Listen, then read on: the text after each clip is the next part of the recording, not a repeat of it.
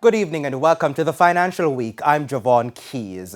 Jamaica's return to pre-COVID-19 pandemic output could be further delayed by the Russia-Ukraine crisis. Professor of International Business at the University of the West Indies, UWI, Dr. Denzel Williams, says he expects the government to revise a number of its projections for the new fiscal year downward. Jamaica's economy is already taking a hit from COVID-19, and with the Russia-Ukraine crisis, things could get worse. If the tension continues, and then add to that the sanctions that the United States and other partners in the West have decided to impose on Russia, those will eventually impact on global trade. Professor of International Business at the University of the West Indies, Dr. Denzel Williams, says with Ukraine and Russia being major commodity suppliers, the crunch could cause inflation to continue exceeding the Bank of Jamaica's target range of 4 to 6%. Now, if the Bank of Jamaica continue with the aggressive tightening in the money market, what you will see is that interest rate will also be rising significantly. And with interest rates be rising significantly, that has an impact on investments as well. As the government prepares for the budget debates in the coming weeks, Professor Williams expects less accommodative revisions to be adapted. What you would have to see is that the minister will have to revise his growth projections downward. He would also have to revise his exchange rate projections. He will also have to revise his fiscal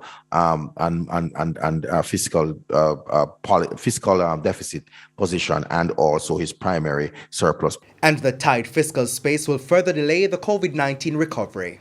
If we grow in 2021 at 7.1, but then growth projection for 2022-2023 is now going below the 4% projection that requires you to get back on the growth path. The truth is that if that condition holds and then you go into another 2 years of growth below the 4%, what you're going to see is that the economy will not return to pre-pandemic level until roughly about 2026, 2027, thereabout. And of course, we'll continue to bring you more business angles on that story.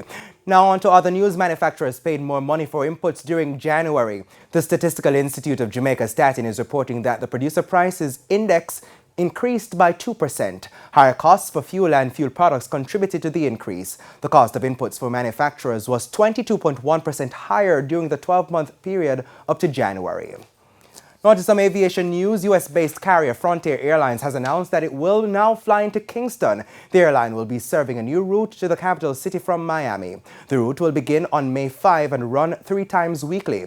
The new Frontier route is expected to break the American Airlines monopoly on service from Miami to Jamaica. On to currency trading, it's costing an average $155.87 for the U.S. currency. $122.48 is the going rate for the Canadian dollar. $211.99 for the pound, while the euro is trading for an average $175.15. The JSE index gained 359 points today, while the junior market index lost 2 points. Among today's winners were JMB Group's 7.5% shares, SSL Venture Capital Jamaica, Sterling Investments, Caribbean Cream, and First Rock Capital Holdings, while on the losing side were Knutsford Express, I Create Ordinary Shares, Margaritaville Turks US dollar shares, Stanley Motor, and First Rock Capital Holdings US dollar shares. And that's it for the Financial Week. I'm Javon Keys. But before we go, here's a look at what's to come in the Business Review on Sunday.